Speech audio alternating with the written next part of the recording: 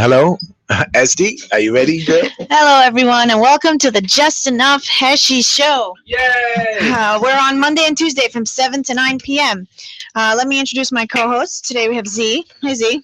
Hey everybody, good to be here. So, we'll have Neil in a few minutes. All right. Please stand by. Please step out, but you have to say that he is our voice of reason. So right now there's not a lot of reason going on in this room. Okay. She's gonna run wild. I'm gonna run wild tonight. Go ahead. And yes, and nobody's going to make fun of my quote except for maybe our guest, which we'll talk So about. and then of course we have Uncle Heshy. The star of the show. The star. Oh wow, I feel so good. Yes. And by the way, tonight, everybody, we have Esty, our beautiful host. Wonderful Esty. No ribbons, no bows, I have a no bow tie. Is that a bow counted? tie. That's very good. I'm not really too happy about it. Are we going to the ball after? But Esty, we have a really good show tonight because tonight we have a special guest tonight. Our show. And we're going to introduce him a little afterwards. My quote, and his name is Robert Tolchin. Did I say it correctly? You did. Robert's an attorney, and he's going to tell us about what he does and the special things that he's done, and something that might even impress Esty. And I really want Neil here for this to scream at me. But she doesn't know. She doesn't know yet. She doesn't really care about a lot of things till we get her excited about stuff. Oh no, I just I don't read the newspaper too much or watch that type of TV. It's not that odd. A lot of people my age. I've asked a few people. Okay, Esty, we'll get Go into on. the show in a few minutes. Get everything on Esty, Twitter. in the meantime, before I start my show, I am gonna First, you should first say your quote. first my quote. You got it. Ladies and gentlemen out there, I know a lot of us suffer. I know a lot of us go through a lot of hell, and so did I. And I would like to say my little quote to start the show. I went through a terrible time, and this is personally about me. And if anybody wants to take it for themselves, that's fine. And I posted this on my webpage as well. I hated every minute of the hell and treachery that I went through, but I said, don't quit. Don't quit. Suffer now and live the rest of your life true to yourself. What seems to be as bitter trials are often blessings in disguise. So when I say these quotes, my son comes to me over the weekend and says, hey, Pop, I understand you complain, you think you say this quote, and do you really mean it? Well, you know what? I do really mean it. I do really mean the times that we go through. I know we have to forgive. I know we have to forget. But you know what? I'm here with Robert Tolchin today, and he's going to explain to me, everybody, why I don't have to forgive and why I don't have to forget. Anyways, Robert, we're going to start with you early today. Besides, we're going to go after the cops, and we have a lot of other problems to scream at. Last week, we had some exciting shows, and we had a lot of controversy last week on our show because we tried to educate our public. So you're going to be here in a different educational manner. First, I want to ask you a question. Are you a religious Jew, non-religious Jew, practicing Jew? Practicing religious Jew. Religious Jew. So your opinions now might be a little bit biased because you are more towards the Conservative? Not conservative, religious factions. You know, maybe his opinions are a little bit out there. So I'm going to ask you a question. What do? You are an attorney. I'm an attorney. I work in the area of civil litigation. And to what I understand is, before we get onto one of the subjects that I bring you up here, what I've read about you and some amazing stuff you've done, you've sued the terrorists who have killed and maimed a lot of people in Israel. I have. Oh wow, I heard about that. No, here is the man sitting right in front of you. For the last 10 years, 12 years, I've worked with a human rights organization in Israel that's called Shurat Hadin Israel Law Center. Shurat Hadin, and you work with somebody there very important. There's a pretty well-known Israeli attorney who's the head of that organization named Itzana Darshan Leitner. And we have, working together, we have sued Iran, Syria, North Korea. North Korea? North Korea. North Korea is a How could you fascinating sue a case. country? Wait, listen to this. Wait, I'm sure he I figured it out. I'm sure you're not the person that's gonna topple the whole idea with your That wasn't what I was saying. I was just asking. realization.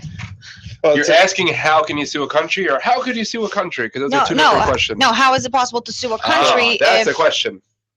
like, who are they? Like, who's answering for the country? Like, Well, it's an interesting question because if you really want to get into it, historically, countries had something that was called sovereign immunity. mhm, So you could not sue the king. mhm. And that goes back to the to the time of history when most countries were run by kings. The king was almost like God. It was inviolate. You couldn't do something as you existed. You owed your citizenship, everything to the king. So you couldn't I sue don't the think it king. was always like that, though. I mean, I think there was a time when the king was supposed to just direct people so there'd be order. I don't think the original purpose was, Well, oh, hey, make me God and everyone follow, because people wouldn't have done that. I don't know about that, but for a good 1,000 years of European history, the king Abused his was power, yeah. the king was inviolate, and we have that notion continues down to this day. It's something called sovereign immunity. Right. So you can't sue even the state of New York unless the state of New York has agreed to be sued over certain things. So Why would they ever agree to be sued? Like, sure, go ahead, sue us. no, but you can. So they have agreed to be sued for torts. So if a state trooper is driving his car and causes an accident, you can sue the state. You can sue the state for that tort, but there's still things that you can't sue the state for.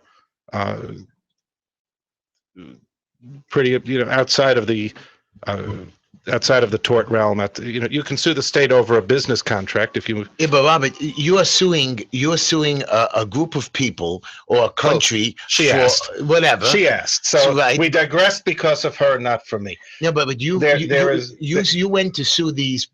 Now, don't get angry with what I'm going to say. Mhm. These Palestinians, and what I understand, you won a $650 million award against them. We did. And now these people who have no money, and most of the people in the country are not, were not part of this terrorist action, and you seem to be blaming the whole country for what a few animal Hamas people has done. You're confusing all kinds of things. Go ahead. Okay. We started with suing North Korea. That's what she Right. was Okay, I interested in. got that. If you want to know what we sued North Korea about, it's absolutely fascinating. Go ahead. 1972, there was an attack. People her age never heard of it. It's known as the Lode Airport Massacre.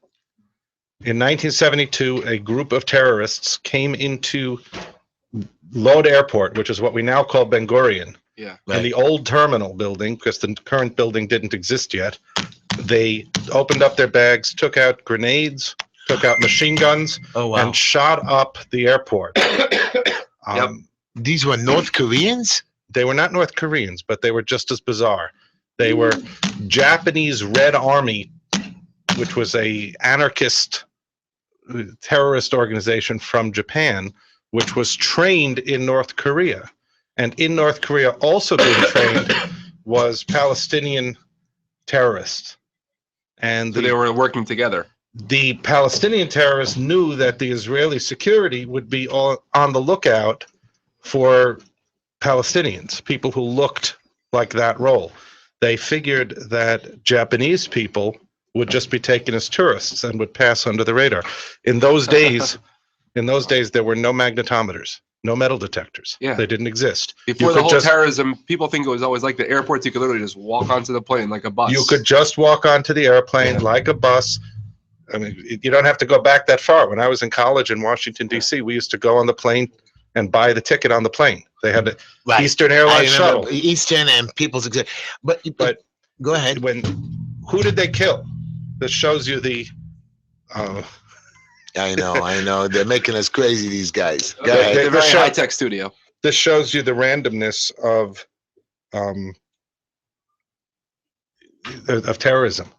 It happens that who was in the airport that day arriving on a flight from America was a group of elderly Puerto Ricans, religious pilgrims, Christian religious pilgrims from Puerto Rico, who were fulfilling their lifelong dream to go and visit the holy sites in the Holy Land. Wow. And many of them, a whole group of them, were killed. When Congress, now this comes back to your question, there's a law called the Foreign Sovereign Immunities Act, Esther. And the Foreign Sovereign Immunities Act allows you to sue foreign countries, even though we recognize, the United States of America recognizes. I think what her question is, when you sue a country, who actually is the lawsuit? Like who's named in the lawsuit? The country is named in the lawsuit. So Who pays it? Taxpayers? which taxpayers? The people who pay the lawsuit. You're suing Korea. You mean if we sue North Korea, Yeah, who's gonna actually pay the who's money? going to actually pay? The government of North Korea. So the So if taxpayers' you- money. Well, if you want to look at it that way, they don't exactly have taxpayers. It's a Stalinist communist country. Oh, I see. Everything in the Then country. why would they agree to pay or even go to court? Well, they don't. But the United How do you States. force them? Like, Wow. We interrupt you. We don't care. This is not a court of law. We can interrupt you. Go ahead. It's just you ask so many questions, you can never get through the answer. The Foreign Sovereign Immunities Act lets you sue a foreign country for particular things, including one of them is if they sponsor terrorism. Terrorism. There's no immunity for terrorism. Another example, by the way, is something perfectly ordinary, like if they conduct business. Let's say the North Korean car manufacturing company sells cars, and they come with defective brakes, and you wanted to sue them for that. That's just a perfectly pedestrian, everyday kind of thing, because they're engaging in business. That's not the whole idea. Is when you're doing what a country does, which is running a government, you're immune. But if you're doing what countries aren't supposed to be doing, like conducting terrorism, Right. or if you're a country doing regular day-to-day things like conducting business, think about Air France. Think about state-owned car company. Airlines. Or whatever, Airlines, yeah. and Now once it's upon a private. time. Yeah. But those things are not immune. Now, who pays? The country pays. If somebody has an accident with a post office vehicle, if you go out in the street, God forbid, and a mail truck hits you, you're Right. going to sue the post office. Which is the And it's government, not, essentially. and it's not going to stop you for a second to think that, oh my God, all the people who have to buy postage stamps are going to be paying for this. Taxpayers are going to be paying for it. If the post office did you wrong, well, they can have insurance just like anybody else. Otherwise, what happens is you pay for it. Yeah, You say, but countries don't have insurance. no, but they have billions and billions of dollars. They have all the natural resources in their country. They have the power to tax their entire country. They have, in the case of North Korea, they have missiles and armies and all kinds of And extravagances. there's no statute of limitations when to sue a country from 1972. Well, there is. That's what makes it fascinating. What is the statute of limitations? Congress made a law that extended the ability to sue a country under the Foreign Sovereign Immunities Act. But that's America. I'm telling you, but Congress made a law right. that extended the time to sue. I'm sorry, that extended what you could sue a country for. They But what added if the this other country doesn't terrorism recognize it? exception. Yeah, what happens if the other who cares? I'll what come to that in a America's- second. Let me answer Okay. the statute of limitations question. All right. When they made that law, Congress said any case that could have been brought had this law existed in the past, you have 6 months to bring it. Wow. So in that 6 months, we commenced this case on behalf of these elderly Puerto Rican tourists. And it's pathetic. Some of these people are, long gone. This happened 40 years ago. So we were really suing on behalf of their estates. But we proved that North Korea, we brought in experts who studied North Korea. Where did you prove this? In In American the court? United States District Court in the District of Puerto Rico. We went down to Puerto Rico. We brought experts in North Korea. North Korea's intelligence operations. Wow. We brought the family members. We brought experts in the Arab-Israeli conflict. The professor from Israel who explained how the Popular Front for Liberation of Palestine and North Korea and the Japanese Red Army. And did work they have a together. defense, or there was no defense? They put don't. up? They don't have to show up. Some countries, right? They don't have to show up. Some countries choose to show up. Some countries, like Iran, actually frequently shows up. Oh, That's impressive. And Yeah. surprising. Iran is an active litigator in the United States. North Korea doesn't show up. The No big Palestinian, surprise, yeah. but where they do show up, the next step is to try to find their assets, to try to find where they have Yeah. assets. Yeah, like Saddam Hussein had $80 billion hidden around the world, allegedly, but nobody could prove it or knows where it is. Well, don't get me started on that, because All right. when we, the United States, rebuilt Iraq, one of the breaks we cut them is we gave them a release on all claims for all bad acts conducted Wow. by Saddam Hussein. wow. We did the same thing to Gaddafi in Libya, but with Gaddafi, we made him pay $10 million per victim Oh. from the from the From Lockerbie. the Lockerbie. Yeah, over. in order for a period of time when he came in from the cold before he went crazy again. Yeah. He was he paid off. It wasn't all that the courts had awarded those victims, but that was the price. Wow. So, in the case of North Korea, there's blocked assets, which is wire transfers. The headphone is cutting off now. Yeah. You sound great. Keep going. There's wire transfers that were being made between North Korean entities. Somebody buying something from North Korea or selling something to North Korea that was interrupted by the United States government. So this money, I'm not allowed to say how much because it's confidential, but a very large sum of money has been sealed. It has been frozen for many years, and we are trying to get that money. Yeah. Anyways, we're also trying to seize the North Korean internet domain name .nk. Wow. We're also trying to seize the Iran's. I have a contest for your listeners. Go ahead. I personally own stopterror.ir. IR is Which Iran. is Iran. Wow. Iran. It's blank. Right now it's blank. See it, that's for sure. Right now it's blank. There's nothing there. The contest is give me some content to put up on that site. Wow. Okay. Well, we're gonna stop you a moment. We're gonna ask you more questions because I want to get into that Palestinian thing. 'Cause I have some issues with that, and don't get angry with me on that. But I've already warned you. And we're gonna talk about the Beis Yaakov case that Robert has represented the young girl on. Esty, in the meantime, explain to Robert who's paying for this show and what's the name of the show because I don't know if he knows what show he's on. Well, the show you guys are listening to is called the Just Enough Heshy Show. Oh, who just walked in, Esty? Neil, the great voice of reason. And we're going to introduce you to Robert Tolchin in a minute. But go ahead. Go ahead, Esty. So, let me introduce Mr. Clean. He's Brooklyn's premier dry cleaning pickup and delivering service, which they do for free. You get 25% off if you mention the Just Enough Heshy Show. You can call Mr. Clean at 347-369-3051 or you can email him at mrcleandelivers@gmail.com. Palm Gardens, adult daycare center. If you need to put your bubby or zadie somewhere, you can call Ellie at 917-903-5375. We have the Black Label electronic cigarettes, so you can go to blpremiumesig.com or call Mikey at 561-239-5941.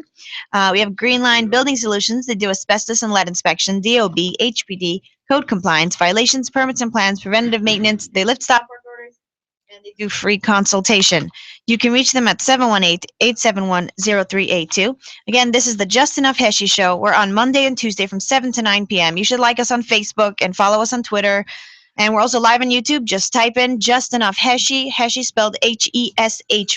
And if you'd like to call in, you can reach us at 718-303-9090. And Esty, this week we have a new sponsor. Shocking that after last week, Neil, we didn't lose all of our sponsors. Sarah Shapiro. Go ahead. Tell us what she was a great guest on our show. What does she do, Esty? She does psychotherapy, couples counseling, and sex therapy. You can get her at www.mytherapist.info/Sarah.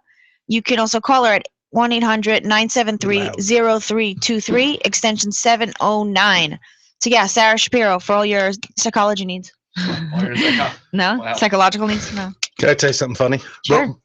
I got something funny about that. Go ahead. So there was a shul journal. Synagogue. Go ahead. A synagogue journal. And they got an ad from somebody like that, licensed sex therapist. Oh, wow. You'd like that. The synagogue called. This was a client of mine. The synagogue called and said, we can't write sex therapist in our journal. I believe it. It makes sense. She said, use a euphemism. Oh, God. So they printed the journal, licensed euphemism therapist. They need a euphemism. Anyways, therapist. guys, we have a new sponsor, Neil, which is shocking. It's One Stop Kosher, located at 2557 Amsterdam Avenue in New York. Their phone number is 212 568-7867 or 212 Lot Stop. They're a supermarket. They sell everything, and even, this is what he told me to tell you, everybody, fresh chickens. What does that mean? I don't know what that means, but he Like sells live fresh chickens. In our second top of the hour, we're going to have somebody from the American Heart Stroke Association. So we're going to have a great time. But we're going to go back to Robert. Yeah, Neil, we I gotta want to get talk him to you while about he's Robert Tolchin. I wanted to get into some things about him, but he sues the countries that does terrorist acts on people. They get money. I don't know exactly understand. I'm sure this is more your forte on how he collects the money. I still don't see how they, even though he represents us, the terrorists, the people who have been I always wondered how that was like a company like Jamaica. Oh, I'm not working. You are working. I pulled the mic to your phone. Good. Yeah. So I don't hear you in the earphone. No.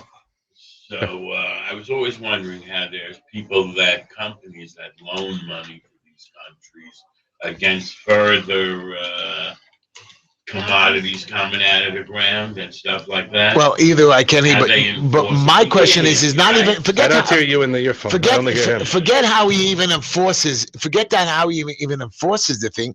My thing is that, for example, I don't think that even he has a right to sue. Now, don't get angry with this. Like the Palestinian people, I know that most of their money is coming from Israel. I mean, they're giving them tax money, and if you're going to freeze any money that's going to the Palestinians, really, it's coming from the Israelis that you're paying them back again. I mean, you got to. He won a $650 million judgment against the Palestinians. He still doesn't wear a tie. It's a radio show. Everybody, you could call us on the show. And listen, what are you wearing?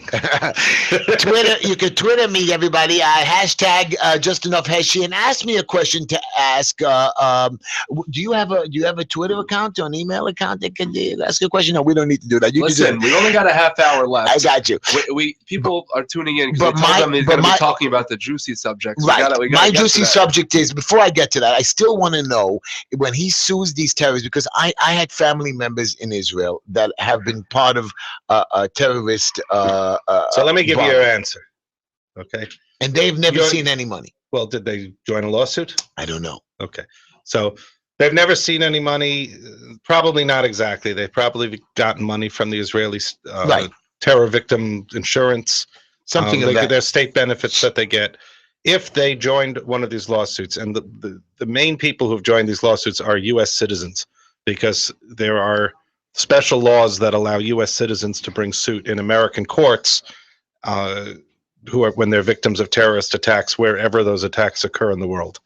And since you're asking specifically about the Palestinian Authority and the PLO, That was the biggest ever. right, but it's not our first. Okay. It's not the first. So we have had judgments in the past against the PLO and the Palestinian Authority, which have been satisfied, or we've caught assets that they had in the United States. Pretty much now they don't have any assets in the United States, any substantial assets anymore, because we got them already. But we found in 2006 we found $125 million in a fake pension account. It was money that belonged that Israel gave to the PA Right. as part of the Oslo Accords. The PA How did you find that? we served what's called a judgment enforcement subpoena on various banks, and Credit Suisse told us we have this wonderful blue chip portfolio here. They called it The Palestine. Swiss bank cooperated with Yeah. you. Wow. With the Jews. They called it the I thought Palestine.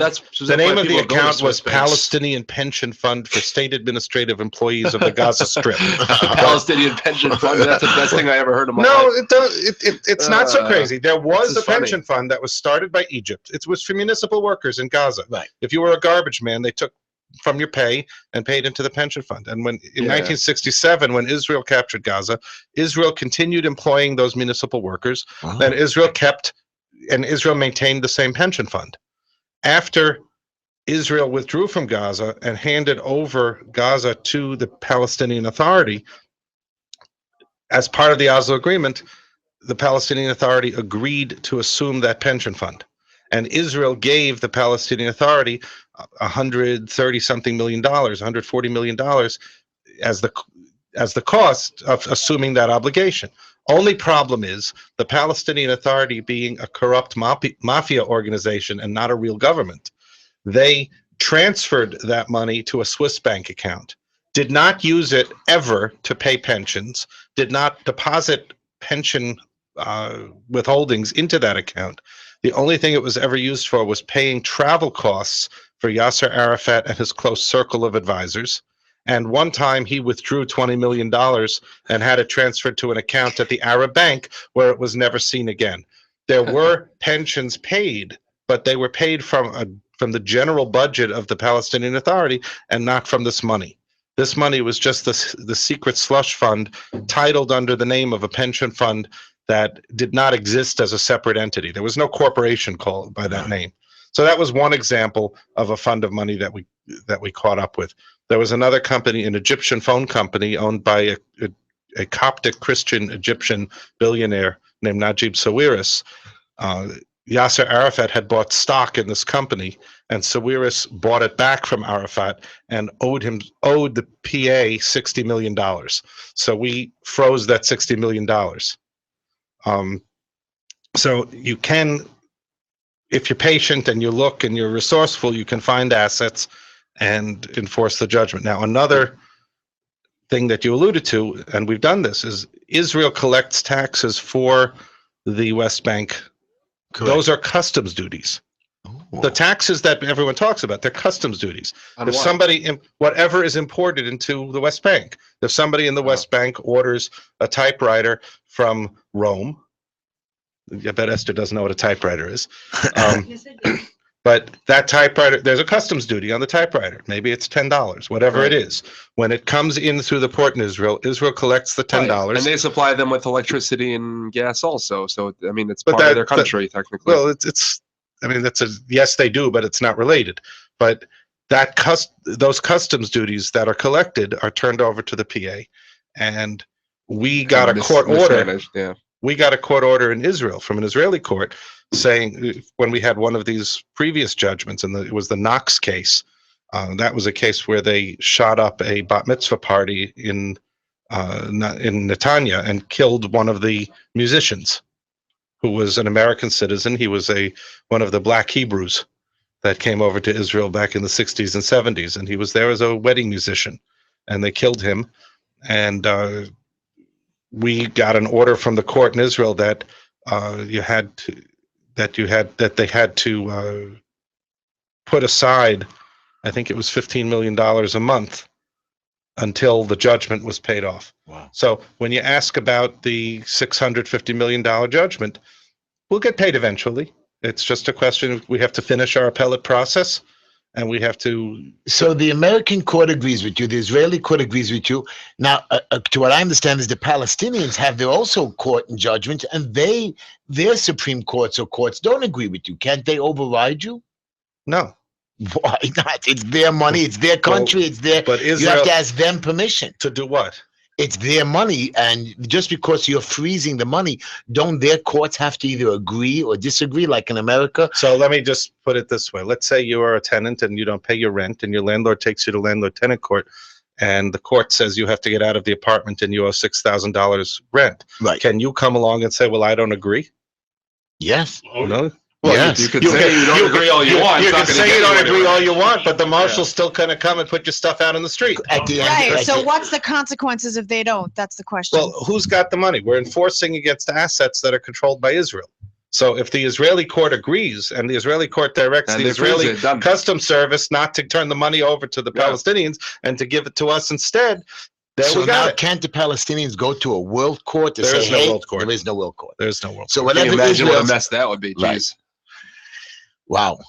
So my This is- question is, and I think everybody's wondering, is how does a lawyer who's involved with these type of cases get involved with this little local story Right. that we're all talking Okay. about? Because It's not a little all my local It's friends not story. are a local asking- story because It's I not have a a little problem with a lot local of these issues. yeah, but I'm saying you're dealing with international justice and suing terrorism. I wanna and here tell you you are in something. Brooklyn dealing with some base Yaakov girl. Well, minute, hold on. I gotta wait, hear You the didn't, story. you didn't even, Let- you didn't even explain the story. You didn't What's explain I the know, story, so let's start. but I Let's don't get to accept that. the premise. I deal on an everyday basis with people who had car accidents, people who have Oh, okay. trouble, strife. people have- He's a people good have any man that kind of helps issue. people. Yeah, I know I you know, guys very don't happy. understand that. I had a. I'm very happy. I'm just saying, it doesn't sound like it's like your scope. It sounds like you're usually in like a different category. See, that's the altogether. problem with you young people. You don't Yeah. understand. A gentleman like Robert can help little people and can help the I'm world. very happy. That's my job, to help one person at a time and then to help the We world. know as you're a- a saint. Yeah, thank you so much. No, but Go ahead. more No, than I'm that. very happy to hear But more than that, you're you have thinking to it. you have to do a mix. I'm going to tell Right. you something. This case with a $650 million verdict. Do you want to know what year that case started? 2002. Oh, So wow. if I was waiting yeah. for that case, Wow. if I was waiting for that case, how would I? you So know, meanwhile, you need to take but other my, things. my kids have to pay tuition. But isn't this crazy? 14, 12 years. Courts drag you along for 7 years. What do we do? How do we change the system? We'll get to that. Is there a way you lawyers can all band together and scream at these judges who just allow us? It's not the judge's fault entirely. I mean, it happens. There are things in the procedures that can take time. Shouldn't there be a way to One force thing that you to happened. do it? Well, one thing that happened in that case is that in the beginning, the Palestinian Authority defaulted. They hired a lawyer named Ramsey Clark, who was the Attorney General during the Johnson administration, but he's gone on to become the champion, patron saint of wackadoodle left-wing causes. Okay. And he represents all kinds. He represented Saddam Hussein. You know, Right. but his Can you imagine putting that on your resume? One of my clients was Saddam Okay, but freaking the Hussein. pay Listen, he was for the him. Attorney Oh, General sure. of the United States of America in the Johnson administration, and his father was a justice of the Supreme Court. So he's no slouch, but he defends these very, Does he win? not really, but his claim is always that there's no jurisdiction. He disputes the validity of the Foreign Sovereign Immunity That's Act. what I was trying to But tell once you. the court told him, no, we overrule you, you're wrong, then he just said, I'm not fighting anymore. I don't recognize this court, and walked away. And there was a default. Then it sat as a default judgment for a long time. And then along comes Salam Fayyad, who was the new prime minister, and he's more westernized. And he said, no, we have to fight these things. So they came to the court. They hired fancy schmancy American law firm and begged the court to open up the default and allow them to defend the case. And then we did years of discovery and preparation for trial, the trial, 2-month trial, and here we are. Anyway, he's gonna scream at you that there's no time to talk about the Oh, we got time. Isyakov No, we got case. time, but I want to talk about the Isyakov. That's a very important case because a lot of these, and I what think we should tell people from the beginning, because we assume everybody listening knows what we're talking about. Go Why don't we ahead. just start? I'm not the one that's the expert here. Why don't we let the person that actually knows what's going on? But I'm going to first say, Tell I us. want to give my opinion because maybe I'm wrong. What I understand, there was a young girl, a young religious girl who went and she somehow texted or sex texted. No, No. that's what somebody said. Right. And then they threw her out of school. So what happened? No, they threw her out of school. Now, my So- question is, many times this happens, not only to this young girl, it happens to many people No, here. it's not something else. Say your story. It's not Apparently, I don't sexting. That's what they said. That's what it says in the New York Daily That's what it News. says in No. the Daily News. But it's not only this one, but many times, even friends of mine. Read it more carefully. So tell us. So, but the story. I'll look it up right now. Here's the story. And Go ahead. If you want, I'll give you the complaint that we filed. I think you're misreading the Daily News story, but even if they got it wrong, Yeah. I'll give you the original document. It's, Um, the headline is Parents Sue Yeshiva High School in Brooklyn for expelling their daughter on claim she texted nude On photo to claim student. she texted, Yeah, well, of course. but I'm not she saying didn't do it. Well, obviously, that's What I her- said, no, you told me that the No. girl sent the picture and she got thrown out. I said, no, she Well, didn't send the allegedly, picture. obviously. Right, and most Well, that yeshivas, goes without most saying. yeshivas and Yeah. schools, if they make a claim you did something bad, there's nothing you can do to fight back. Nothing. That's part of the Oh. problem. Says Right. lawyer Part of the Robert Tolchin. Wow, I think that guy And, sounds that's, familiar. and also, a lot of these schools have these fake committees, Neil. And The school has no committee. a lot of these guys, they have these fake rabbis that they put out as committee members, and they don't even exist. And Robert will tell us about that as well. Well, this particular school. Yeah. Well, let me tell you the story. of Tell what us the happened. story what happened. They're- not they're- just us, tell everybody listening, because a lot of people have no clue. Very, very simple story. This is a girl who's going to the school, and she's, admittedly, she's not the greatest student. Okay. She's had learning disabilities her whole life. She's been bullied because of it. She had to transfer out of her elementary school because the kids relentlessly bullied her. She transferred to another school, then she came to this school for high school. Father gets a call. Mother is deaf, so the mother can't talk on the phone. That's So- gonna be a nice challenge so to deal with. Yeah. She can't. The father gets the call. Come. Don't send your daughter to school tomorrow. Come to a meeting tomorrow morning. They come to the meeting. At the meeting, there's the principal and the guy who runs the school, who calls himself rabbi, but he's not a rabbi. Yeah. Has no smicha from A lot of anyone. those guys, Neil, they call Yeah, themselves. it's How all did the that time. happen, Neil? They call themselves a rabbi. You're not a rabbi. Because you can't call the principal of the school Mr. He's not a principal. or They call the whatever. principal of the school. They call Mrs. or Wow. Rebbitzin. Once you bank, you Is can- she a rabbit? Is she married to a rabbi? I don't know. I don't So- have a mic. What do you- But once your bank account is what? Once it gets to a certain number, you become rabbi. And that's acceptable to you. So somebody told me in this case that when he started the school, he was Mr. And then people told him it's not Nobody has right. Authority. Then they said it's pasnish that the school should have Beis Yaakov needs to have a shouldn't rabbi. have a That's it, rabbi in exactly. charge. Yeah, yeah. Now I think when people said that, they Right. kind of meant there should be a rabbi in charge. Not that he should call himself He rabbi. should call himself rabbi. But It's- that's what happened. And you think, okay, so it's okay, whatever he calls himself, surely there's a committee of rabbis that supervises the school, that gives their rabbinical imprimatur to whatever, to whatever the processes are in the school. And sure enough, if you look at the letterhead of the school, there's 2 rabbis listed. But if you call up those 2 rabbis and say, are you really on the rabbinical advisory committee of the school? One will say no, and I told them not to use my name. And the other one will say, what school? There's no committee. They don't meet. They're not in day-to-day touch with the school. The one who will say that I told you not to use my name, he gets calls occasionally, just like you and I can call him. He has a number. He has hours that you can call for advice if you have a question that you need a rabbi to Anybody. answer. Anybody. Anybody can call. So if I call him and ask my question and he gives me an answer, can I then put on my letterhead that he's the rabbinical advisory Right. committee of my office? I don't think so. I think that's dishonest. Esty, you went to a Beis Yaakov. Is that true, Esty? Depends what school. Yeah, I went to regular Beis Yaakov. I didn't really know what went on in those offices. But anybody, I think you spent a lot of time in the So, I'm sure you were thrown out many times, Esty. so Esther, let me tell you, I don't since really you went show to a Beis Yaakov school, tell me what you would do. How would your world change? Parents come to this meeting and they say, the principal says, I got a call from a mother of a boy. Now, there's no boys in this school. So the boy that this mother is not necessarily even a mother of anyone in this school, but the principal claims she got a call from a mother of a boy, and the boy says he got a text message containing a naked picture of this girl. Does he have the picture? No, Then how? nobody saw the picture Then other what do than they- this no. mother. The mother claims this picture exists. We don't even know who the mother is. So She was never the identified. person didn't even verify whether it was true or Did not. not verify if it's true. The principal, when the father looks at the principal and says, "Did you see the picture?" Or the director of the school, they say, "How could we look at the picture? That would be child pornography." Right. So it's like, how can So you? How can you look at the picture? Well, get the picture and show the girl's It's like, mother. yeah, technically they can't look at it because it's not modest, but at the same time, then how do you prove it? Right. Show the girl's mother. Say, "Is this your daughter?" So anybody can just So- call up and say anything about anybody could- and they'll believe it? That's you- ridiculous. That's exactly the Right. point. That's exactly the point. But they Anybody- claim that they haven't, for No, sure. they don't. No, they don't claim they have it. They So then how agree- did they see it? They agree. They didn't see it. They So- never saw it. I'm not they- following. They called up and said, we A have a mother picture. called. Right, A and mother called and said, "My son has this picture." Right. That was So they're enough, claiming the son has it. He definitely has it. right? But who is he? I have no clue. Let's I'm just call asking. him. They're Why claiming would somebody somebody has want it. to ruin this girl? It's somewhere. Well, there's lots. You never heard of somebody who would want to ruin this girl? Yes. Now I can come up with a lot of reasons. I haven't had the privilege of talking to the director of the school.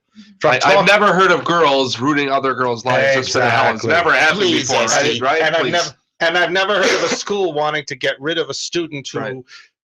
drags down their grade average, Right. who Yeah.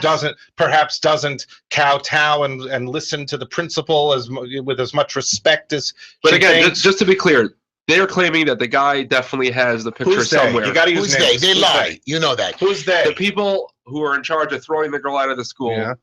or the people, they said their son has the picture. The son is definitely claiming, or the parents of the son are definitely claiming that they do have the picture in their possession somewhere. You know what? I'm really very offended here. Yeah. By what? Before the show started, you showed me a naked picture of Esty. Where is it? Right. Where is Yeah, it? right. You showed it to me. I'd be offended too. Okay, stop it. I'm trying to make a but he's point trying here. to make a Yeah, point. I'm trying to He make a doesn't. point here. Even in my Anybody- yeshiva, when my son, they threw my get son it. out of school once. Why? Because somebody told him that he bought a stink bomb for somebody else. I said, who told you? Oh, somebody told me. I Right. said, and did you see him buy? And all they did was they make me come down and they wanted me Right. to punish my boy. And I sat there like a foolish father. I screamed at my son. I said, don't do it again. And we went home to laugh at it afterwards. But the Right. point is they caused enough agita in the family and they could have ruined his reputation Well, over some stupid Rob. And that's his point. You His know what? point is not a stupid stink yeah, bomb. no, 100%. You're ruining the girl's reputation Yeah, for forever. life. Besides, you're It throwing gets- the kid out of it school. gets worse. And it gets Well, here's worse. another It gets question. Wait, let worse. him They finish. sent after this, Yeah, they sent an email to all the other them- parents. to Yeah. all the other God, yeah. parents in the class. I'm reading it right here. After she was expelled, the mothers of students in her class were sent an email alerting them to the teen having a very serious problem with their reputation. Yes. Gotcha. So Well, that's they- the worst part. Well, Now the whole world has to hear about it. now the whole world has to hear about it. Yeah. So isn't suing worse because then it gets even worse because then everyone knows? Well, this is an interesting thing. We sat and had this conversation with the girl and her father in my office because we said, we're going to file the case. She's a minor right now, so she's. think about it. That's the crime. Like that's the horrible Her crime that's gonna get her like. Her, Esty, what about you? her- Would you sue Esty? her answer is her reputation has already been ruined. It doesn't matter. They, Right. At least they- be proven right. if she's proven right, then Pro- she'll be exonerated. if we bring this case and win, then the pie will be in the So face. it's not of the money school. because. there's nothing for her to lose at this point. Her reputation is already shattered. Her So the only thing that could So happen. what is it? after- What is it after- again? Just after proving they- it? Yes. After they threw her out of the school, there was no other school in New York that would touch her. Really? Yeah, you get thrown out of school. You get thrown out of high school. Aren't there schools mid-year. where it's co-ed or something? Orthodox schools? Hold on. There are so many stories of people whose Once lives you get basically ended because once they're thrown out of a good school, their life spirals Boys' out, school and they also. end up in this place and that place. They Esther, bounce around. where did you They go end to up on the base street South? when they're 20. I Yeah. went to a bunch of different schools. You went to a bunch of. Why'd you go to a bunch of different schools? Because I wasn't really a student, and I And just they kept throwing you out. something like that. No, So, it's but clear cut. her parents had money, so they were able to bribe their way in. But That's not my true. question to you is, I have another question. I was Robert. thinking it, and you said it. So Right. the way you're saying is, Robert, forget that this is wrong what they did. Do you know that last week we spoke about that there's two schools? What was it? Prospect Yeshiva and another one, Shalamet. They gave out a questionnaire to young girls in 10th and 11th grade. That's you heard about actually that? really funny because Yeah. I got somebody sent me that on WhatsApp. A lot It of was people say it's supposedly- fake, It was supposedly Masoras Bes Yaakov. that and then it sent was this out. school, and then that That's- school. It's fake. But I know for a fact it wasn't fake. One of the girls did From which school? from 'Cause it- Shalamis. It was But for you real. said Shalamis. I The other one says I- Prospect. I The other don't- one says this I one. don't. that one. I don't believe that was actually sent out at I don't Shalamis. believe it. I happen to represent Shalamis. But they didn't send it out. They gave it to the girls to question, to answer anyway, in school. I just, the form also doesn't have a place for a name. If any, right. It's just like on a blank sheet of paper. It looks I- very homemade. I personally took that form to be a joke. Yeah. Okay, good. I mean, Like the white like- tablecloth. But you don't shit up believe resume, any yeah. school would do that or try to get no, to I didn't say that. I didn't say can that. totally see them doing I can it. totally see them doing it. I can totally see a school saying that Right.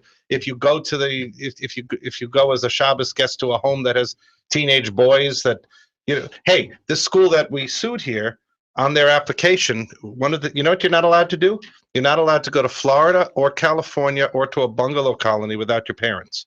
If you go to Florida, Yeah, that makes sense. if you go to Florida to visit your grandmother, you go to stay at your grandmother's house in Florida, that's it. You can be thrown out of school. Makes sense. Why? Why? Why does that make sense to The you? Are you entire crazy? state of Florida.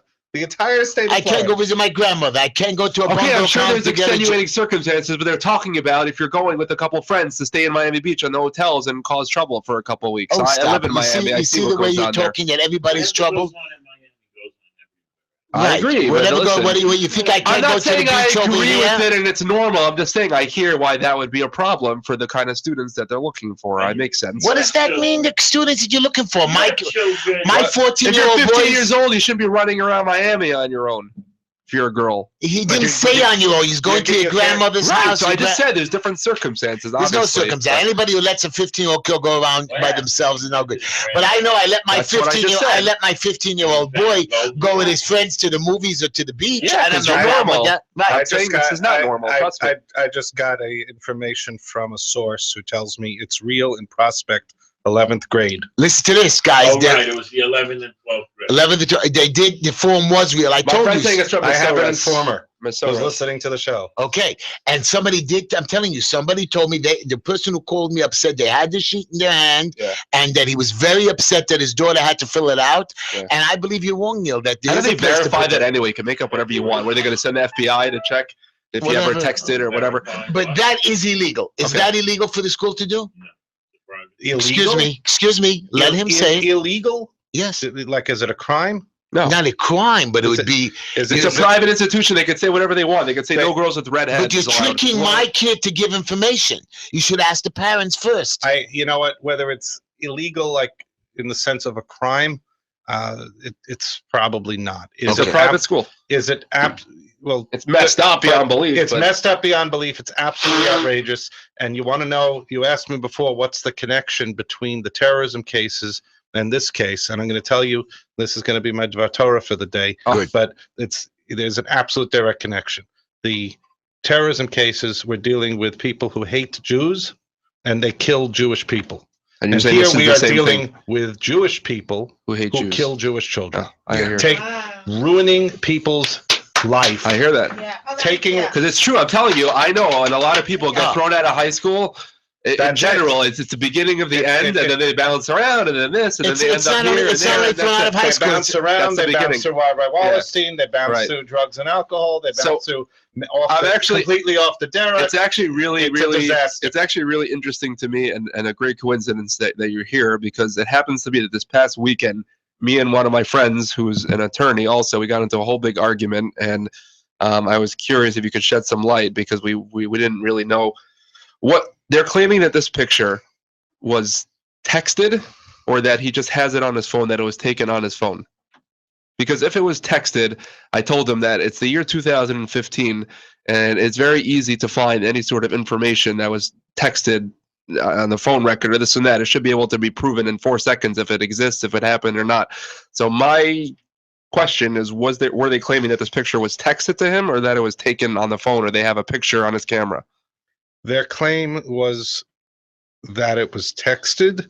So then But- that should be the but- easiest but- case in the but- world. but You let- get the but phone let's- records and But see. let's be fair. Okay? Right.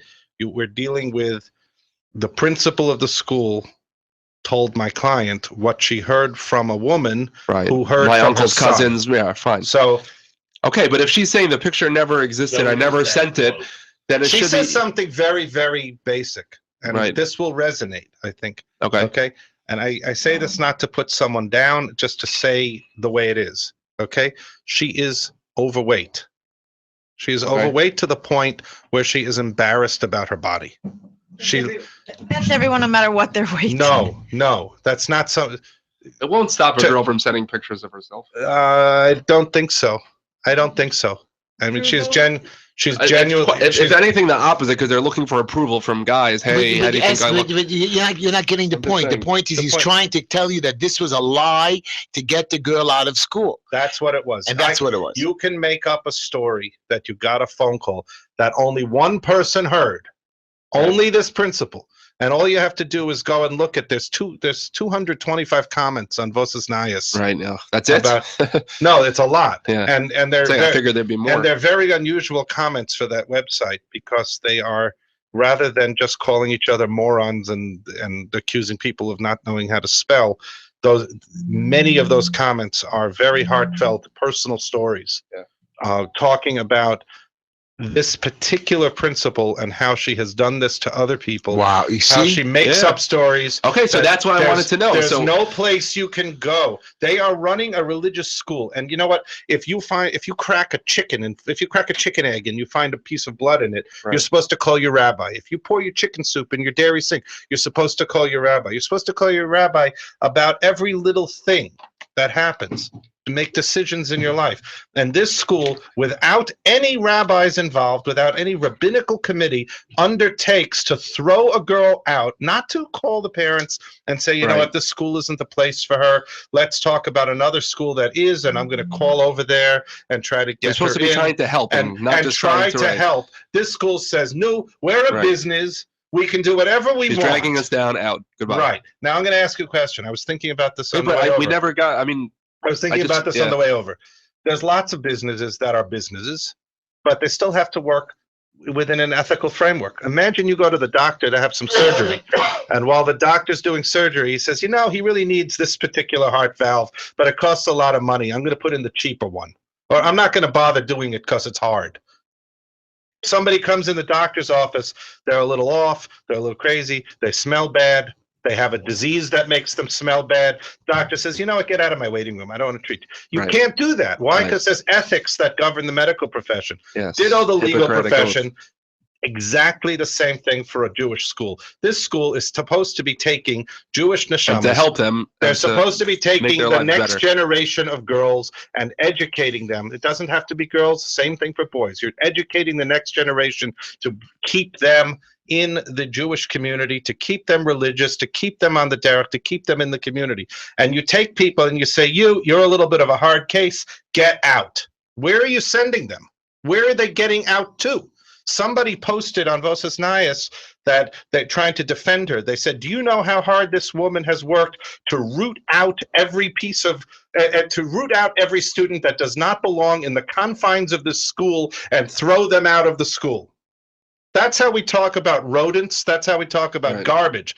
That's how we talk about cockroaches. That's not how we talk about a girl who was once somebody's newborn baby Right. that they brought home and loved and cared for and made a kiddush and raised her and took her to nursery school and took her to school and hoped to raise her And now to I see why you took the Torah case. L'Masim I Tovim. see why you took the case, because I see you're very passionate about it. And the second you started talking about it, you really started. Yeah, you see, I'm very his impressed. opinion is it's a beautiful thing that he does. The point is a lot of yeshivas, and you went on a girls' yeshiva. My son went to a yeshiva called Torah Semes, and in that yeshiva, when you get to 8th grade, they only take 1 or 2 of the better kids for the high school. The rest of them, they say, get out, find another school to This go school to. too.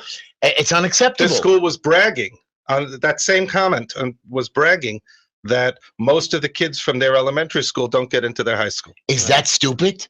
Yeah, bragging Is about that it. even I allowed? don't think I don't it's allowed. Why would but I don't anybody think it's- go to the elementary if they know there's no guarantee of the high school? Well, Because look, a lot of It's a schools, chance. a lot of schools, if you go to the elementary, it doesn't guarantee the high school. Yeshiva Flatbush, for example, you finish the elementary, you apply to the high school.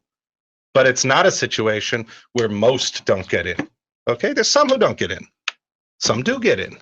But it's not something to brag about, to say that Yeah. that Quite the nobody opposite. gets in. Right. Very good. Anyways, everybody, you're listening to the Just Enough Heshy Show, and Esty is going to tell you that we're on Mondays and Tuesdays from 7 to 9 p.m. Esty, and also tell everybody where they can call in and ask a couple of questions to our friend. Well, we're gonna keep. Don't worry about it. Robert's gonna ask some questions first. We're gonna have to. I have to beat him up a little bit. I can't let him off the hook so easy. I bought him a diet snapper. I still want the answer to my question. Okay, but Esty, let Esty talk a little bit. Go ahead. Okay, so you guys are listening to the Just Enough Heshy Show. We are on Monday and Tuesday from 7 to 9 p.m. You should like our Facebook page, follow us on Twitter, or search us live on YouTube. Just type in Just Enough Heshy, Heshy spelled Heshy. You can also advertise with us or send us an email at justenoughheshy@gmail.com. If you'd like to call in and talk to, our special guests, you can call in at 718-303-9090. If you need dry cleaning, Mr. Clean. He's Brooklyn's premier dry cleaning pickup service. They pick up and deliver for free. And if you mention the Just Enough Heshy Show, you get 25% off. You can call Mr. Clean at 347-369-3051 or email him at mrcleandelivers@gmail.com. We have the Black Label electronic cigarettes. You can go to blpremiumesig.com or call Mikey at 561-239-5941. We have Sarah Shapiro, psychotherapy, couples counseling, and sex therapy. If you By need, the way, her name is Sarah Shapiro Halberstam. yeah, but you have to remember 2 names. Oh, it's difficult. It's okay. Go ahead. Sarah Shapiro Halberstam. No, Got but it. Halberstam Don't is such an important Don't name. give her her website. Give her email address. So yeah, her email address is sarah@mytherapist.info. Sarah@mytherapist.info. Makes sense. Okay, you Okay. can also call her at 1-800-973-0323, extension 709. We have Green Line Building Solutions. They do asbestos and lead inspection, DOB, HPD, code compliance, violations, permits and plans, preventative maintenance. They lift stop work orders, and they give you free consultation. You can reach them at 718-871-0382. And of course, our new sponsor for the week, One Stop Kosher, located at 2557 Amsterdam Avenue, 212-568 7867 or Was it the Upper West Side? I think so. Oh. 2557 Amsterdam. I think it's near the Bronx or something. No.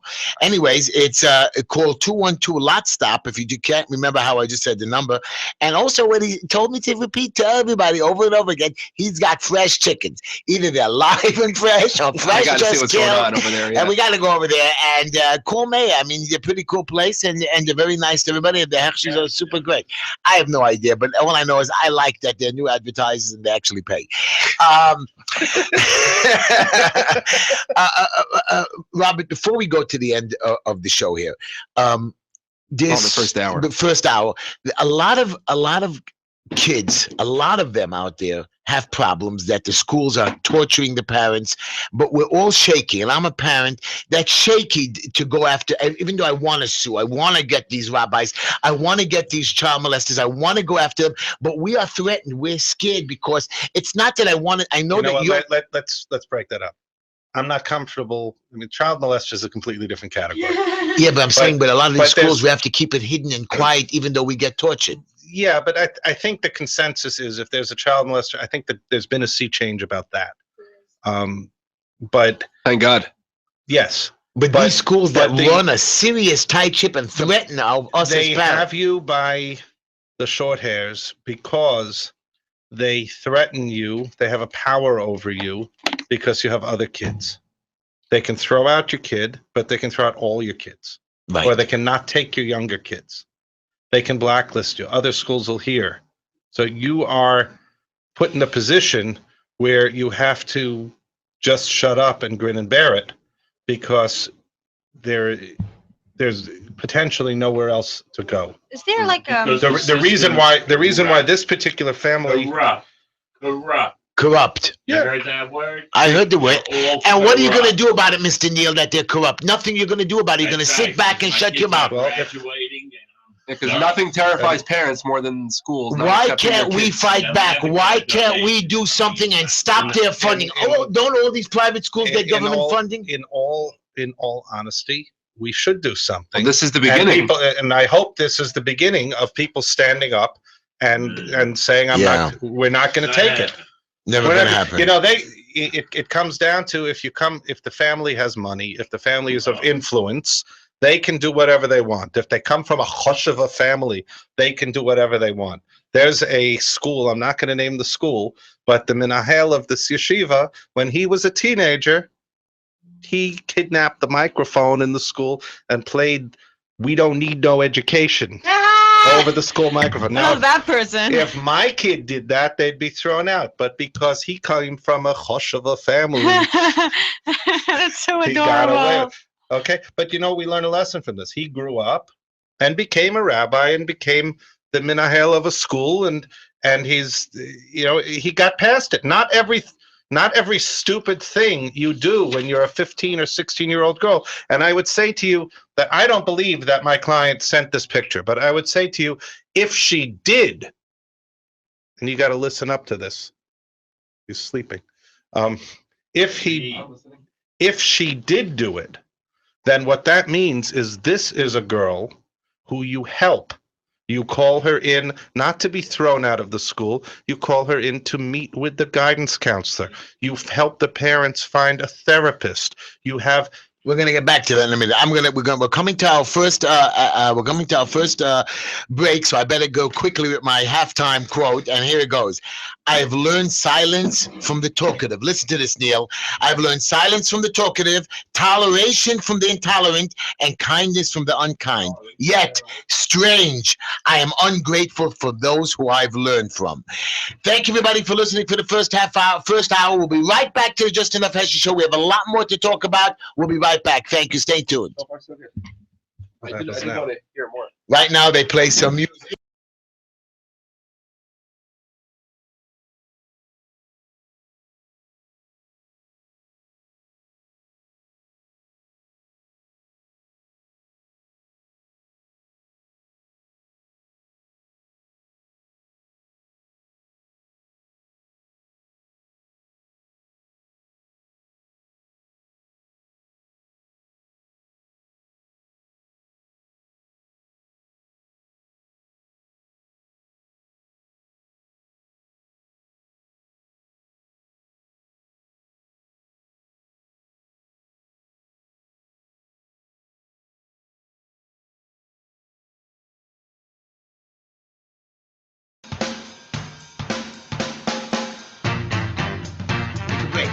Dash here. Sit right here. Welcome back, everybody, to I can't hear myself. Can we hear me good? Are you hearing me good? 'Cause I'm not hearing myself good. Hello? Hello? No, now my mic is working. Welcome back, everybody, to the Just Enough Heshy show. And of course, we're gonna have a good other half hour. We have a lot more to talk about. We have a young lady that was going to talk about the American Heart Stroke Association. We're going to have Esty bring up our horoscopes and maybe say a funny story with Z. But ladies and gentlemen out there, this is a serious issue.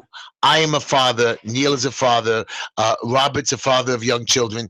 I get upset when these schools have too much power. And like people said, Robert wasn't sure. He's a lawyer. He doesn't want to accuse anybody falsely. But I know those letters were given out to Beis Yaakov. I know how yeshivas go in and talk to young boys and try to trick them. Oh, we know you have a TV. We know your father has a TV hidden in the closet. They're trying to get secret information out of them that we don't want to say. I understand that our religious psyche or our religious followings are unorthodox or as orthodox as other people. So they're trying to, I don't understand, embarrass us. And here is a test case where we will sue Beis Yaakov. We will sue yeshivas like Torah MS or Miri Yeshiva for going against the right way of our young children, of hurting their futures, of making them go off their religious ways. We want our children for the first 18 or 19 years to follow a righteous path. How they pick their future is different. It's so much more than any case relating to this. Just in general, I know so many stories of kids who have done much less than what they're alleging here, and they've been thrown out of schools, and their lives just I remember when my spiraled kids downhill. were going through school, and I was listening. I promise you, I was listening to the principal of the school, this Rabbi Newhouse or whatever his name was. He calls in a kid. I was standing there because I always go to the school with my kid, and he says, "Oh, we found out from another kid back then the modems were in the computers. I don't know, you're able to pull it up. Yeah. We found out the kid brought the modem to school to show everybody, and now he's being thrown out of school because he had a modem, and if you have a computer in the house, you have to give it up." Today, everybody has internet. Everybody has computers. They preach about the internet, and still all these rabbis are on the internet, and they're texting, and they have it on their phones. Not one can tell me they don't use it. And even if the one that you find that doesn't use it, his entire family uses it. And they don't know how to integrate with the American and the new modern technology and society to try to make these kids So the they right just way. try to ban all of They it ban and be them. done with And it. that's why you have 40, 50 kids on the street in Lakewood, New Jersey, who are off with the head rabbis going to the confront them. slightest little problem, they throw them, and that's it. And I'm telling you, And it's you the know how beginning many of the kids end. that we've taken in that have fallen off their path, and we try to fix them. And even if you can't, they're not bad kids, because what? They smoked a little bit on Shabbos. They sent a picture. I know beautiful mother. I know you're laughing, but I know women and men who have grown up in their 20s and 30s who had trouble as young kids, who are wonderful fathers, who are members, who are leaders, who are presidents of their communities. Everybody has to be shown the proper way, to be guided, to held back from doing bad This things. is a much further reaching problem in the school system, and I know I'm not old enough to really know about it, but I'm telling you that it's fresh in my mind, the memories of half the kids that I went to high school with, and they were literally just completely spat out by the system. I wish I would have known Robert. It's terrible. When my I've kid always was wondered in about first grade, they threw him out for being wild, they said, and he needs a psychologist. And I had to argue and fight them. I really would have loved to sue them, but back then, 22 years ago or 20 years ago, it would have cost me too much money, and I had to sit there in embarrassment and take their garbage, which I didn't end up sending my kid to a psychologist. I lied. But the point is these are the things that they not only torture guys who have good children, but somebody who's a little bit weak. They hurt them, and we need crusaders like you, not just to fight for one, but to fight for many of us. And Robert, before you leave us, I want to know. I mean, do you have a plan? Is there a way that we could get more people involved? Is there a way that we can root out these people who call themselves rabbis? My plan was that anybody who becomes a rebbe or a rabbi in yeshiva has to take a 6-month course. I believe, and Neil was screaming at me, there's an unwritten rule, and I know that we were screaming about it, that no child should be left alone in a class with a rabbi, or 2 children with one rabbi, or 2 rabbis with 1 child. Right. How come we can't implement rules that force these yeshivas and girls yeshivas? Because I heard a lot of these, which I was shocked. Last week I heard that there were even women abusers of children. Well, look, again, I'm telling you that the issue that we're talking about here isn't abuse. This in is terms of abuse. physical What abuse. you did to No, a it's in child's terms of- mental abuse in is terms worse. of physical abuse, Right. having 2 people in the room, that kind of thing. But along the same lines, I think that schools should be required to have, or we should demand of our schools. We Jews who send our kids to Jewish schools should demand of our schools that they have educators who work there. There should not be a school that has nobody who went to teaching school. The Yeah. principal should not be somebody who happened to be some Rebbitzin, or she happened to have gotten a job when she was 19 in a classroom and now she's 25 and they make her the assistant principal. We should Yeah, demand a that little bit more qualification. I there's think. people who study, Yeah. they go to college, they get master's degrees, and they learn educational techniques.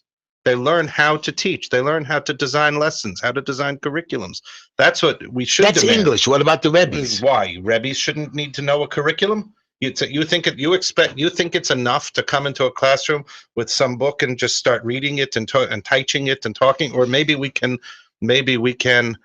teach using modern teaching techniques that engage kids. And Right. it's one thing to have kids kids who can learn any old way, kids who have no educational difficulties, no learning disabilities, they can learn any old way. You can hand them the stuff and say, read it. You can read it out loud. You can read it together with them.